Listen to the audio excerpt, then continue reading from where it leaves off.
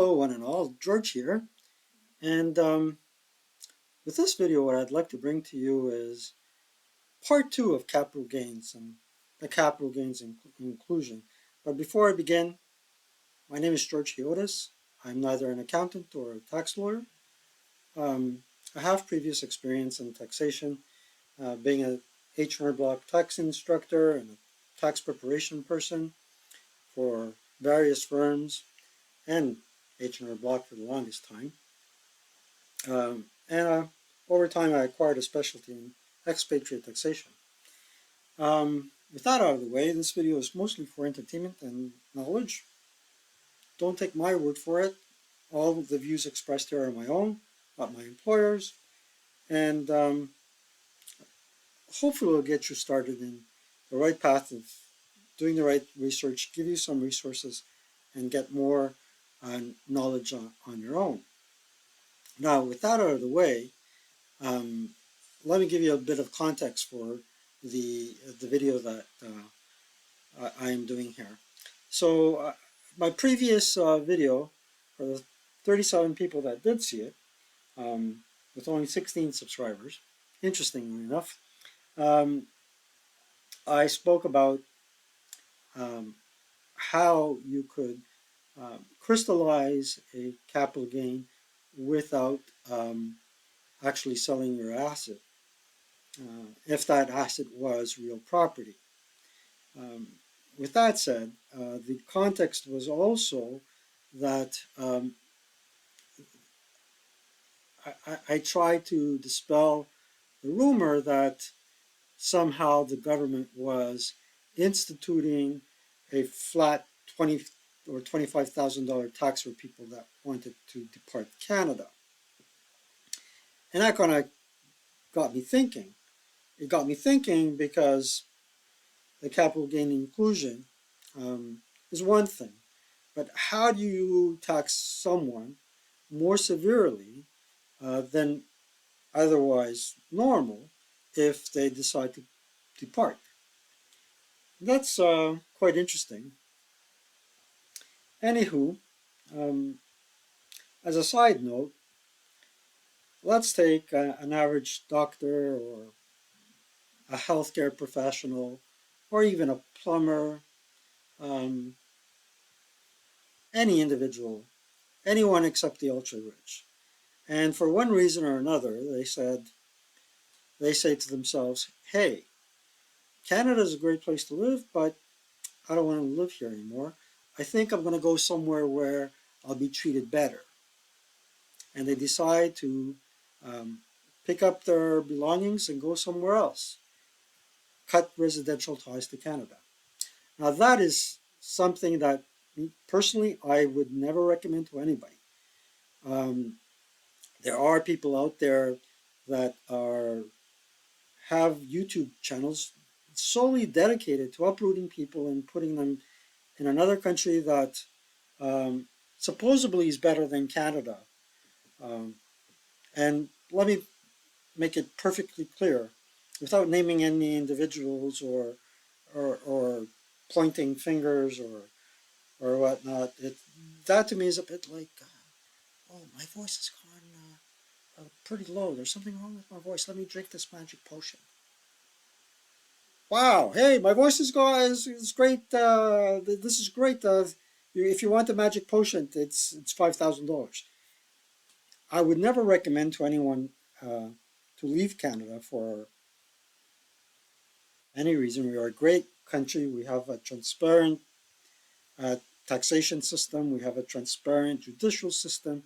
We have a great country in terms of economic prosperity, even with the present situation. That's my opinion. But getting back to the facts is that the inclusion rate at the time of recording this video is practically 3 days away from being increased from 50% to 67% for capital gains over $250,000. So it's not the tax rate that is increasing. The tax rate will depend on all your income, but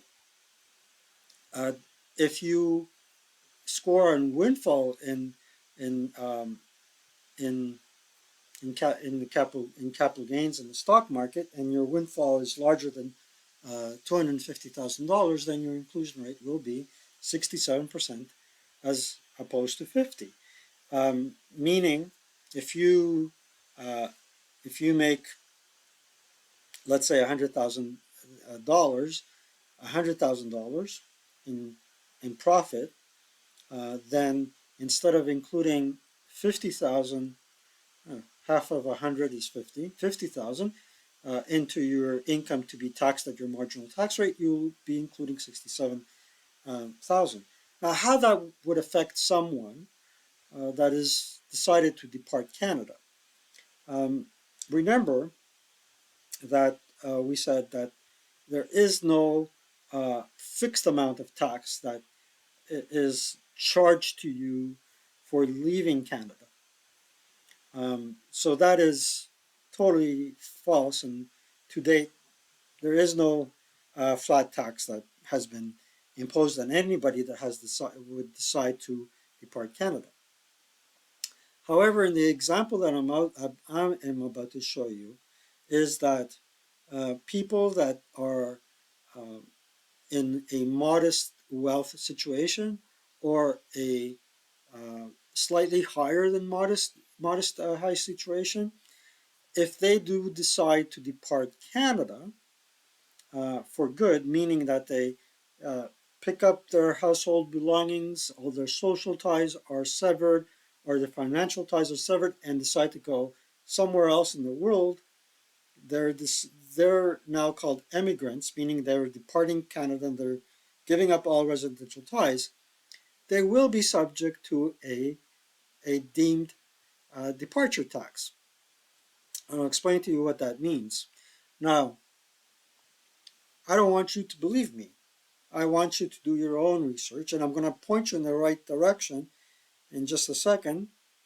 And lo and behold, here is the Government of Canada website for immigrants. And what does emigrant mean? An immigrant means someone that has decided to uh, sever all residential ties to Canada and live abroad permanently. Now, it doesn't matter whether you change your mind down the road. There is no time test. The test is at the time that you leave Canada, what were your intentions at that particular time, and have you severed all social and economic ties to Canada at the time that you have left, and established a habitual abode, which means a place to live somewhere abroad.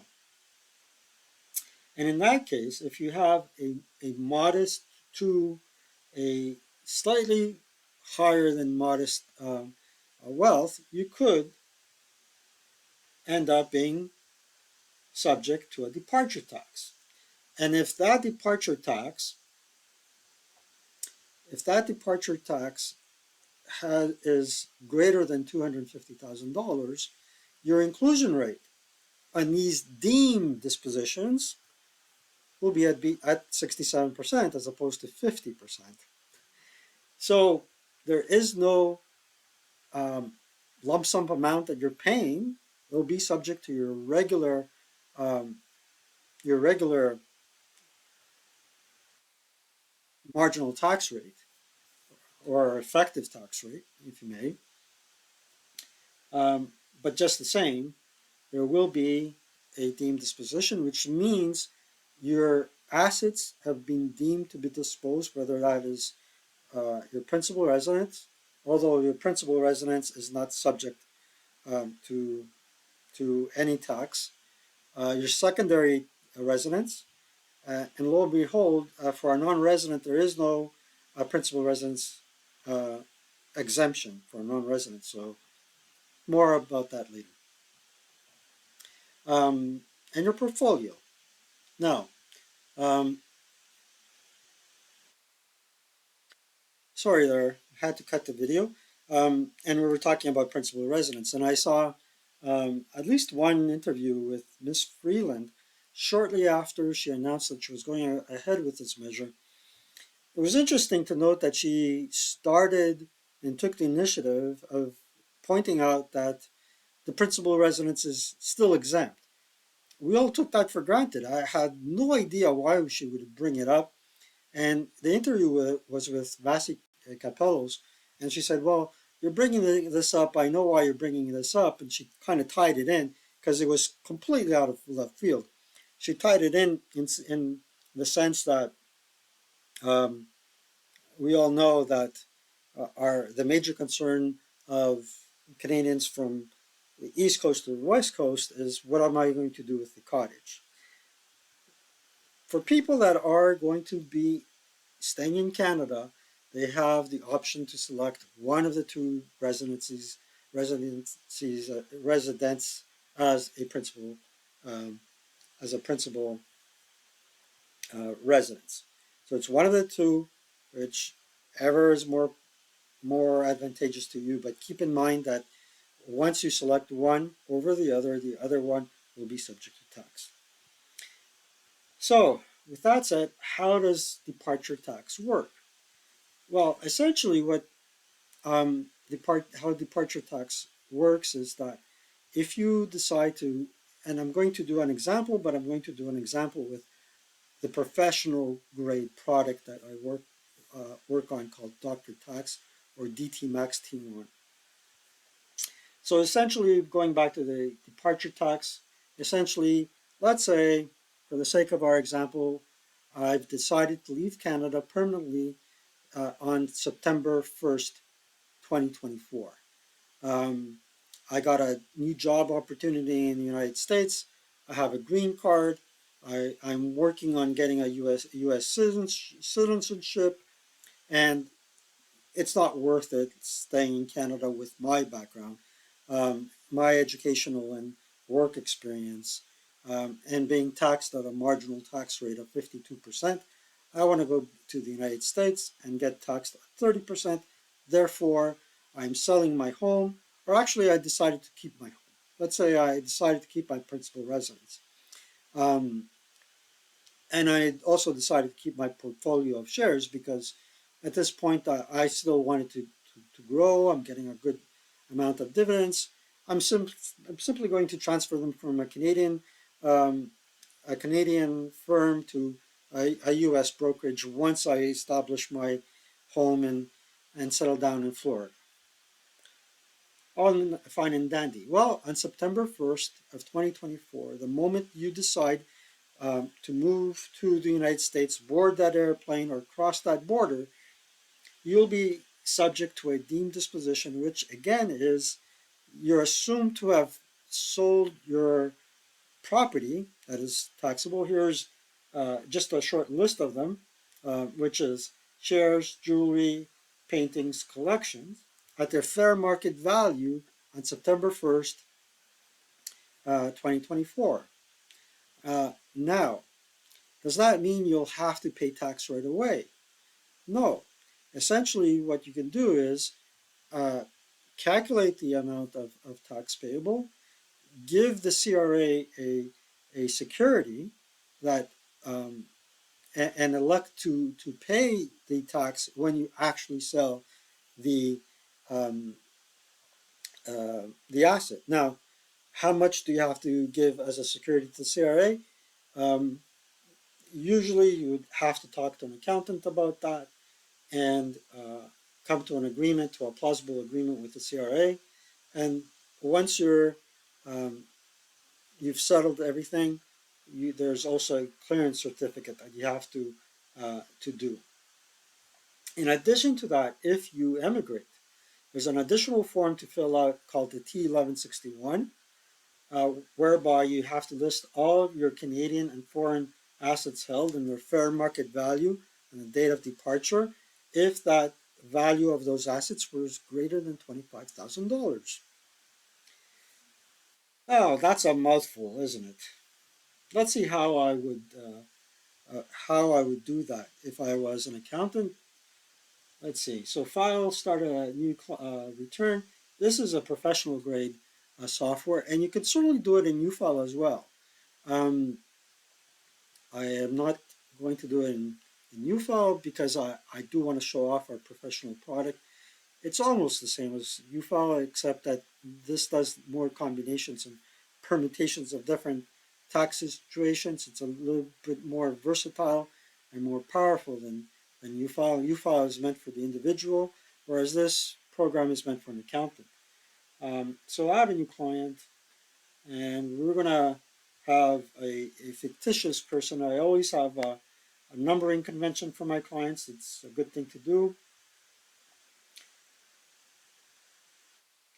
And once I do that, my screen pops up, uh, and I like just to go straight to data entry. It works on keywords.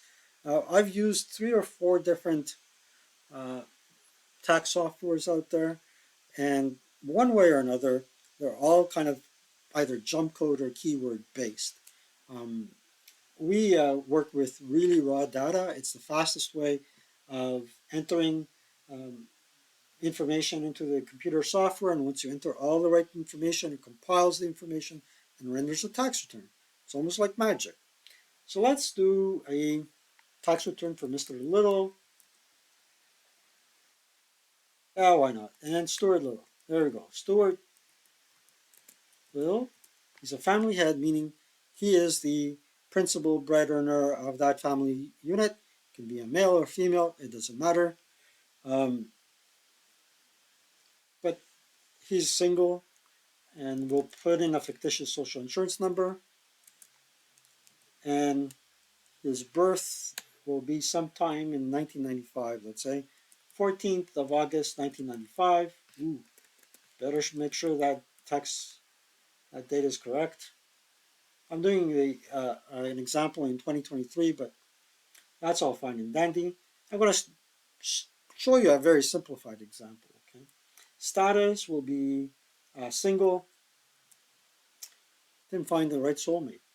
And male and Ontario. We'll never forget about Alberta. Alberta is pretty beautiful, but Ontario is yours to discover, so let's discover it. Yeah, and 416 or 418, whichever code you like. 416 area code, that's expensive. 1234, my street. My city is Toronto. That can be more expensive than anywhere else.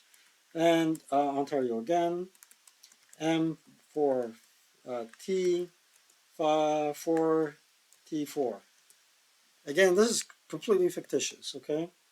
Now, he actually left on September 1st, 2023. Okay? So we need to add a keyword here, and we're going to call it here emigrant, because we're doing a return for an emigrant. And what emigrant means is someone that has ceased residential ties to Canada. And the moment they decide to return to Canada, whether they like it or not, and whether they were born in Canada, the year of returning to Canada and establishing residential ties, whether you're a citizen or not, you're called an immigrant. And then you have to put a date of arrival. We're going to have to put here a date of departure. So immigrant it is, immigrant again, and emigration date will be 1st of the 9th, 2023. Income in Canada, taxpayer's net income. While the taxpayer was living with the spouse in Canada, we can ignore that, I suppose. We're going to get a diagnostic, but it's all fine and dandy. Country, December 31st, will be the United States. There we go. And for now, let's leave everything as is. Now, while he was in Canada, add a keyword. He did earn a T4 income, employment income, from Hydro One as an engineer. And his income from January to the 1st of September was $67,800. His province of employment was Ontario. And CPP contributions, this is fictitious. I'm just making up some numbers. And 873. He had an RPP, $3,000. Pension adjustment, $6,000. how much was deducted at source? Let's say $14,900. 67,800. That's too high for EI.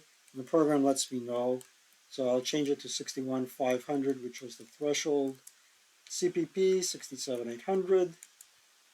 Union dues. Let's say he paid some union dues, not a lot, $250. Dental benefits, that was mandatory question since last year. It was only him because he's single, payee only. He had dental benefits. Charity, he gave some charity, about $150. And that's all she wrote. Now, where do we enter? Um, where will we enter the deemed disposition? Now, let's say he did have a cottage up north because he was an Advent fisherman.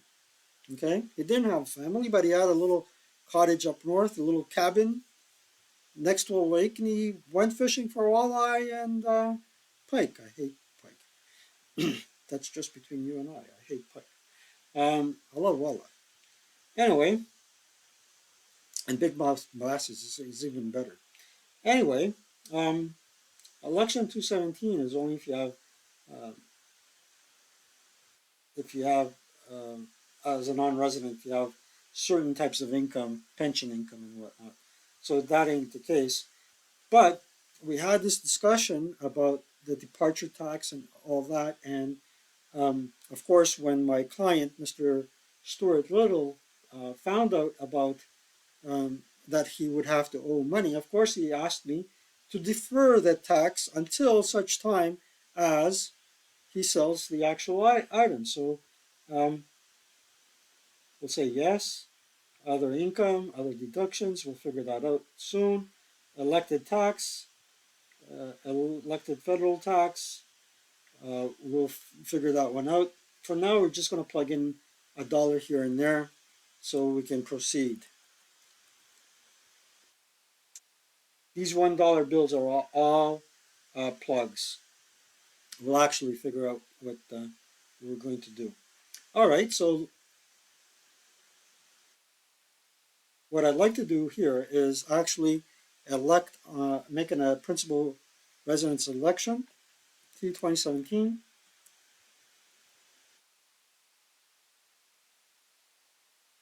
That isn't it.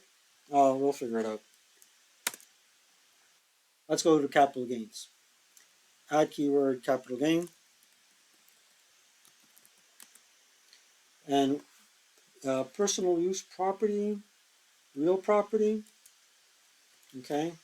Uh, Principal residence, yes.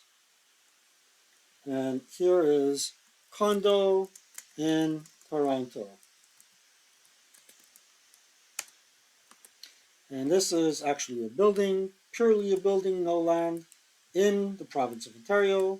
Because if it's in the province of Quebec, you have to do a Quebec return as well. Date of acquisition was probably sometime in 2011. Proceeds, there weren't any proceeds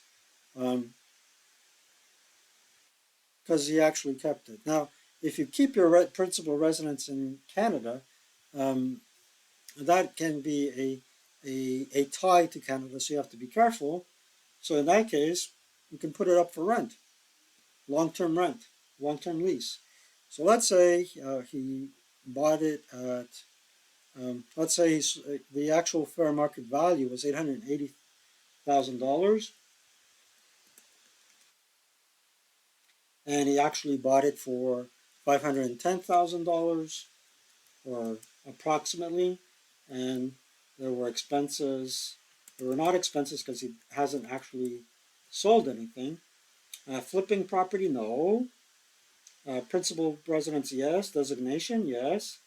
Period after 1971 to current year, and starting was from 2011 to present, 2023. Keep in mind that as a non-resident of Canada, you're not entitled to the principal residence deduction. So for the period of time that you've owned this property after you left Canada and ceased residential ties, if it accumulates in in fair market value, you might have additional tax to pay there once you sell it. Okay, so this is where we designated that it is our principal residence, and the appropriate forms will arise. So now let's say you have also a cottage up north, somewhere in Sudbury, let's say, or North Bay. Let's go and add a keyword and capital gain again. Capital gain. And then we'll say real estate.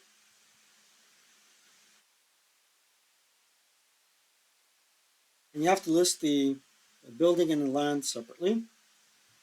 And we haven't actually sold it yet.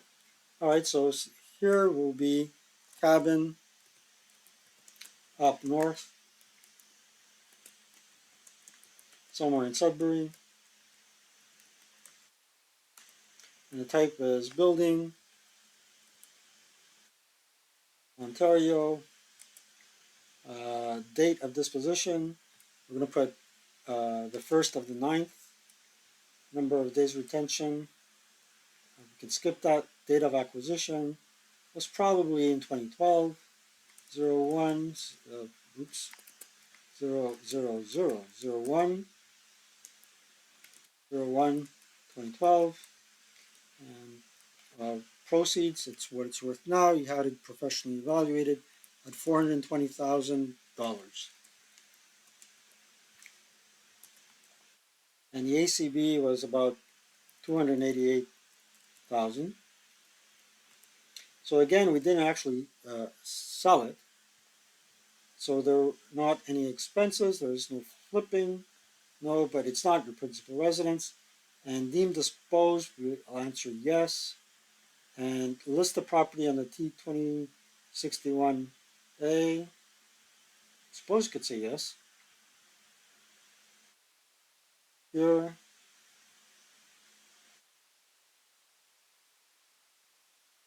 Deemed disposed is yes as well. Say yes to there. Yes to the T1244. We'll explain what that is. And yes to T1161. Remember, T1161 is the form where you list all your Canadian and foreign assets. If they are worth more than $25,000, the CRA wants to have a list of them. We'll explain how everything else works as well. The T1244, what it is, what that form is, what is the T2061 as well. So we got our principal residence, we got the cabin. I'm not too sure if it should be listed on a T1261 in any case, but definitely has to be listed in T1244 because it's a deemed disposition. I haven't actually sold it, but on September 1st, 2023, because I ceased residential ties, it's deemed to have been disposed. T1161, of course, we got to list it there as well. And then let's say I have a whole slew of shares. Now, common shares, right? Common shares, since the advent of discount brokerages, it's the poor man's way of getting rich. We all have speculated on resource properties, gold shares, platinum shares, copper shares, silver shares, and other speculative businesses. It's called penny stock investments. Now, I'm not recommending it to anybody, but since the advent of discount brokerages and affordable shares, meaning I can buy 10,000 units at pennies to the dollar or less than a dollar or between a dollar and $5, that's a speculative investment. And it sure beats buying the lottery. Because with a lottery, it expires within days and then you're left with nothing. It's called the poor man's tax. But everybody, since the advent of discount brokerages, has speculated on the stock market, and some people have gotten poorer and some people have gotten richer. So that is one gateway for poor folks that are savvy in investing to get rich. The door has closed in that respect. to some extent. I guess you can buy the argument that at 67%, if I'm going to make a capital gain over $250,000, I can afford to pay a little bit more. Who knows? In any case, so we got our principal residence, we got the cabin up north, and we're talking about capital gains in the stock market. So I'll put capital gain, the capital gain keyword group here again, and then put stocks, mutual funds, and whatnot. And I didn't decide to sell any of them. And I can put here, I don't have to list them individually. I can put various shares. I can keep them separate on an Excel sheet. And here's other. And let's say the total number of shares is somewhere around 10,000, which I accumulated slowly over time, not earning any interest, being subject to inflation and adverse conditions throughout time because everything goes wobbly wobbly. Nothing goes in a single direction. You know, taking a risk.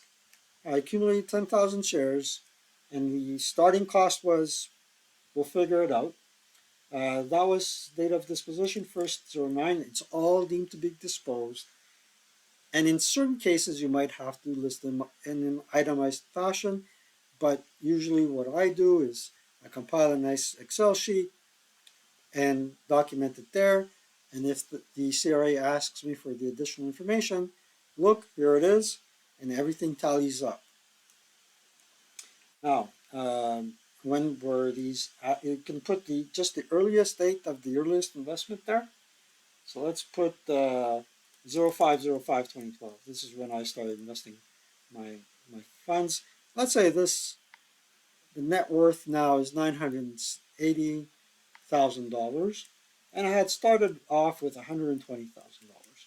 And again, there's no expenses because everything here has been deemed disposed. I think that's a pretty plausible scenario. I mean, if you started investing young, chances are you may have hit a couple of good shares and you may have hit a couple of poor ones. So being disposed is yes. We'll figure out the T2061 and everything else will answer yes. Now this should be sufficient to uh, provide me with a decent return. I can check my diagnostics using the yellow button here. And what do I have here?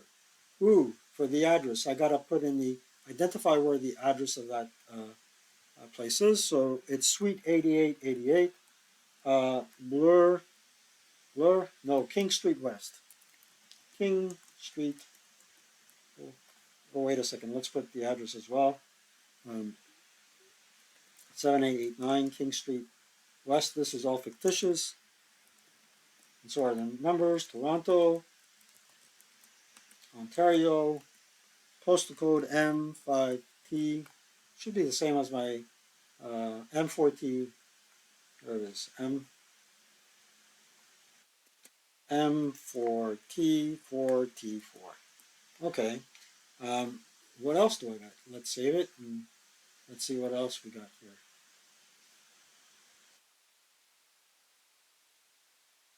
We want to put in the metropolitan area, and we said we lived in Toronto, CMA Toronto. So we don't get that extra credit because we're not in a rural environment for the carbon tax rebate.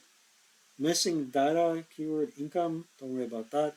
Missing data for rural income, I don't have to worry about that. And it's telling me, it's figuring out how much my CPP contribution should have been. 3,754 and 1,002. Let's see if now our program is happy.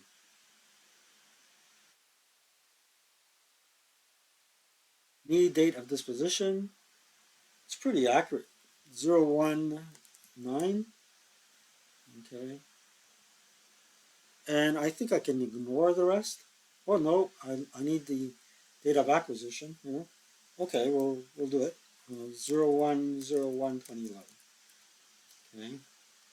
Let's see if I can ignore the rest of the diagnostics. I think I can.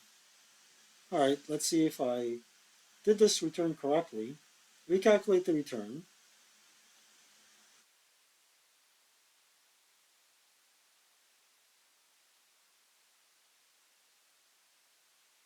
And lo and behold, that's a lot of tax. Now, keep in mind, this is the 2023 program. Ultimately, the final version of the 2024 program will have the 67% inclusion rate for this fellow. But I'll give you an idea of what to expect, I suppose. So let's look at Schedule 3 first and foremost. So the T21, okay, let's look at one thing at a time. Here is my various shares.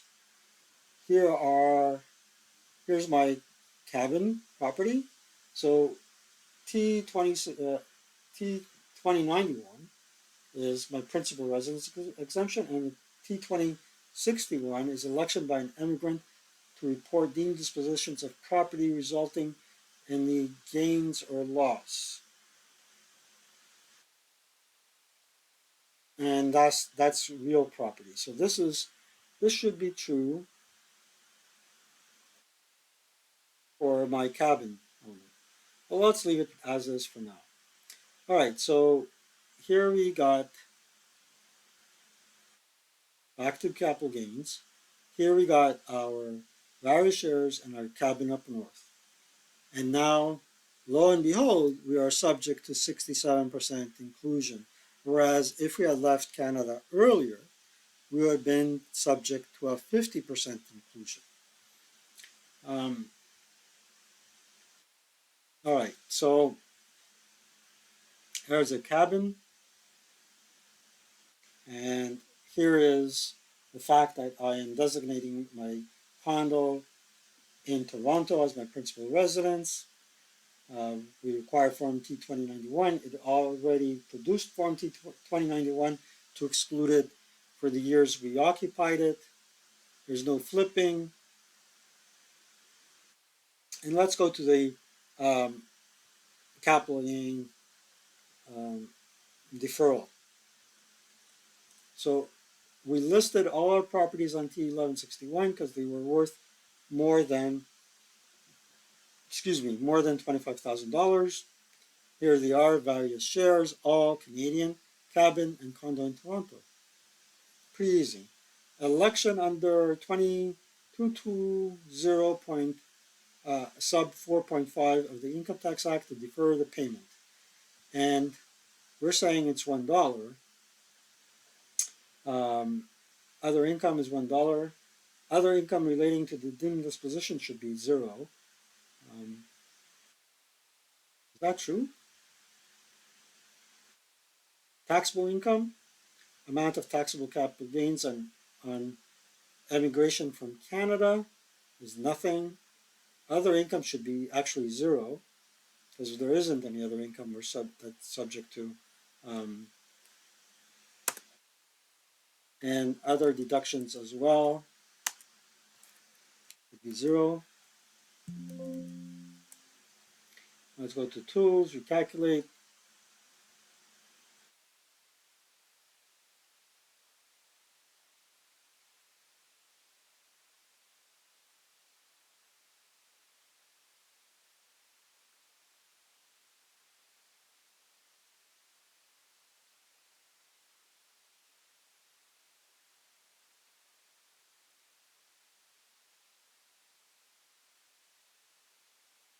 So guys, I did a little boo-boo, and the boo-boo was,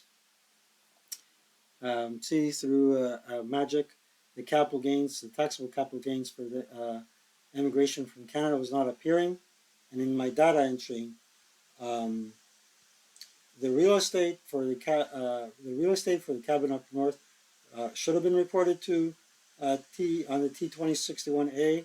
Would be yes, and perhaps also my condo in Toronto, yes to the T2061A. But for my shares, I should have put no. Now that I have put no there, I go to tools, recalculate. Here is my deemed capital gain on form T1244, where I would like to defer a portion of the tax that I am paying, until such time as I will actually sell the properties. And on Form T1243, I am calculating the deemed disposition of various shares to come up with the taxable capital gain um, for the purposes of my departure tax. Having said that, um, what you see here is this is the amount of taxable capital gains on immigration from Canada. This is the amount of federal tax on this deemed disposition, and this is federal tax on your adjusted income, um, on adjusted income calculated using your return minus 22,772. Federal tax relating to the deemed disposition of property is 136,000. That's a lot of money. And the provincial tax is 86,708 for a total of $223,000 approximately. So off of that, you have to place some security. Um, so the CRA can say, okay, you're free to go, and we'll take your money later when you actually sell the property. Federal tax relating to the deemed disposition up to a maximum of line 10. So let's take note of 136, 604, 44, and 86, 708.75, which are line 10 and 11. We'll go back to the keyword data entry, and let's put in terms of elected tax for federal, and let's do this one first. Let's put 60% of the amount owing.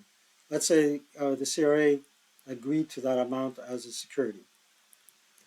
And I can do the calculation right in the input cell and come up with amounts. Now for federal, for provincial, it's 86,708.75. We're going to give us security of 60%. And again, it differs on the individual. I highly recommend that you do your return with a professional that is familiar with this calculation. And as well, when you decide to return to Canada, there will be an unwinding of this deemed disposition. So there's an intricate process involved in that. So at this point in time, I just eliminated the plugs, the $1 that I had in there, and actually put the amounts that we negotiated with the CRA. We calculate everything, and I have all my ducks in order. All the proper forms are being generated. T1161, the list of my properties. T1243, the calculation of what is subject to a deemed disposition. And then T1244, whereby I am declaring what is the capital gain subject to immigration, and what is the tax associated with that gain on my deemed disposition. In turn, I am also notifying the CRA that this is what I've allocated to you as a security, pursuant to me agreeing to pay the final tax when I actually sell the securities. And as well, we cannot forget that we are actually also electing to waive from taxation the gain that I accumulated on my principal residence using Form T 2091, and also declaring on Schedule 3 that I did the proper forms for uh, designating my condo in Toronto um, to exclude it from capital gain using the principal gains exemption. But judging from Ms. Freeland's reaction to all the uproar to capital gains, it was interesting that she had noted right off the bat that, hey, your principal residence is not up for grabs here. I'm not sure what she was afraid of or what she was alluding to. Um, and I don't know anyone that took it for granted that now the principal residence deduction uh, would disappear, but there are people calling for that as well, I suppose, in Ottawa. Yeah.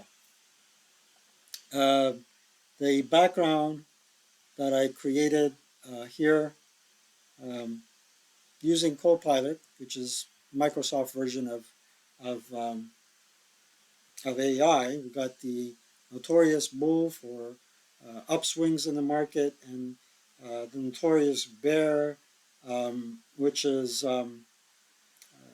indicative of market market falling in a negative direction. And up here in Canada, we are familiar with both um, animals, where bears live in the woods and the bulls live in the House of Commons, I suppose. Touche. um, and that's basically it. If you do have any questions, this video is open to comments. I've also provided you with a playlist of my previous videos that I've closed comments to because they're considerably dated. And if you like the information that was provided to you here, do like and subscribe and tell your friends about this channel. Thank you for your support. Thank you for listening.